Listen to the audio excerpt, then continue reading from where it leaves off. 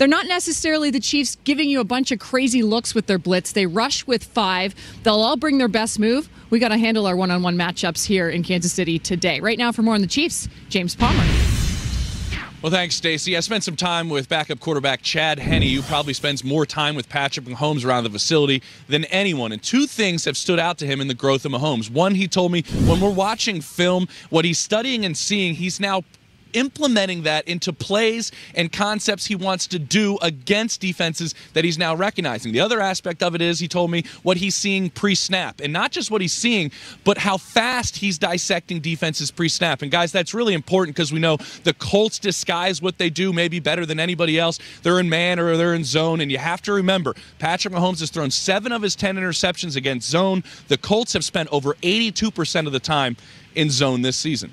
Oh, James, this is going to be a good one today. And look, let's talk a little bit more about Patrick Mahomes, because in his first full season as a starter, Patrick Mahomes has been everything or anything but quiet. 50 touchdowns, a 12-4 record, and likely an MVP for him. From Showtime to Sublime, we're kind of running out of ways to describe him and make them rhyme too. But we're going to let the Chiefs quarterback do it himself of the opportunity. But will he? Will he dominate in his first playoff start like he dominated this entire season? Mike Rob. Oh, man. I mean, you would expect so, right? But to me, the playoffs are all about matchups. And I just think this Indianapolis Colts defense is a tough matchup for the Kansas City Chiefs. Why is that, Mike Rob? Could you show it to us? Of course, you know I have some film. You have for examples. you. I have some tape. Please show us. Great. Boom, I got it.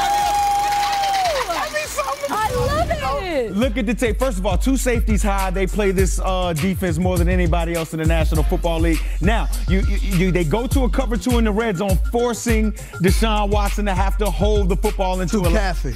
Exactly, and allow the pass rush to get to him. You got here. You start off in this looks like a single safety. Boom! On the snap of the ball, they go to a 2 safety high, force the quarterback to throw the check. Now, this was a 3rd down play, and they allowed the speed of this defense. Was that Eli? Yes, it was Checking Eli. it down? You're kidding me. Yes, it was Eli. And again, this time they send pressure, and they drop the defensive end and still allow coverage underneath. I love that. I think I've made it, guys. I've made it. You know what I mean? I've made it to the big leagues. But it's going to be very difficult for Patrick Mahomes to push the ball downfield. And my thing is this: Andy Reid is a guy who likes to go downfield. He doesn't call the run game that much. And to me, their run game walked out of the building when Kareem Hunt walked out of that building. So it's going to be whether the Kansas City Chiefs can kind of manage that. I always talk about every week, do they have a governor on this offense? Can they dial it back some and go on that 15, 16 play drive and then score at the end? I'm not sure if they can do that. Patrick Mahomes pushes the ball down the field more than any other quarterback in the National Football League. Can he consistently check it down?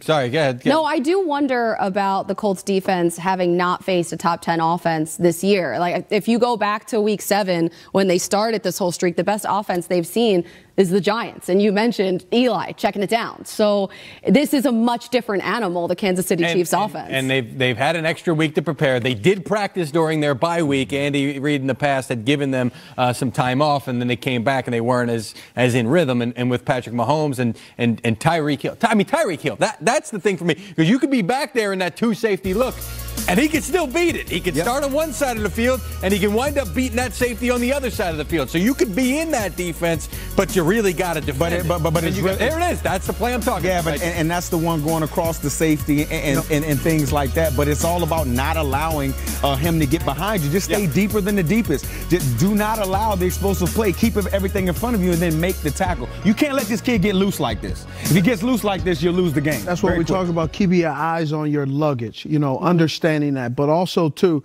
what we also have to talk about is the divisional round is all about matchups and also mistakes. And what I love about divisional football is we have absolutely no idea who will step up, who will fold under pressure, who will not prevail in the way we thought. We've seen this with the Kansas City Chiefs before. Expectations. This is a young guy. Can he and will he carry over what he's done in the regular season, which is outstanding? Number one, touchdowns, yards, NFL quarterback But Steve, each week he had another week. Next week, there's no tomorrow. Exactly, and that's tomorrow. And that's my point. What does pressure make? Diamonds. There is a jury. Or bust the pipes. Correct. There is a jewelry store full of diamonds, and we all see them, but we don't see the ones that don't make it to the display. And this game is going to show us, is this diamond going on display? Is this going in Tiffany's? Or is this one going, no, that's in the back. It is unsellable, unusable, and it doesn't have its shine. So that's what we're going to see. Yeah, it's, it boggles my mind, too, that in this game with two electric quarterbacks, they have one combined start last year. So it's like, it's just so much